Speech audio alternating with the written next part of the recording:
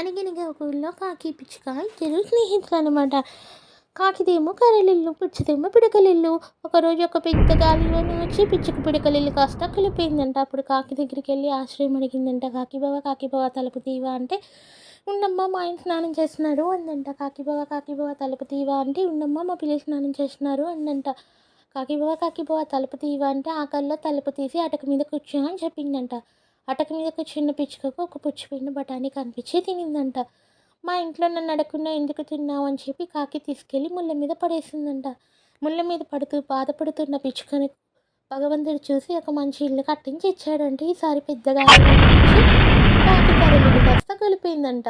పిచ్చుక దగ్గరికి వచ్చి ఆశ్రయం అడగంగానే పిచ్చుక కాకికి ఆశ్రయం ఇచ్చి మంచిగా చూసుకుందంట. దీని సారాంశం ఏంటంటే, హాని చేసిన వాళ్ళకి కూడా మేలు చేస్తే దేవుడు మనల్ని ఎంతో బాగా చూసుకుంటాడు.